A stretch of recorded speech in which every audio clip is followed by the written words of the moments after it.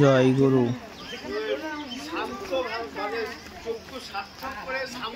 স্বামী ও স্ত্রী এসেছেন আচার্যদেবের কাছে।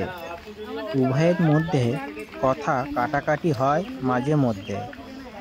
স্ত্রীর অভিযোগ করে জীবনযাত্রা নিম্নমানের জন্য পাশের প্রতিবেশী অসাধু উপায়ে উপার্জন করে সচ্ছল জীবনযাপন করে, তা দেখে স্ত্রীর স্বামীর উপর অনুযোগ।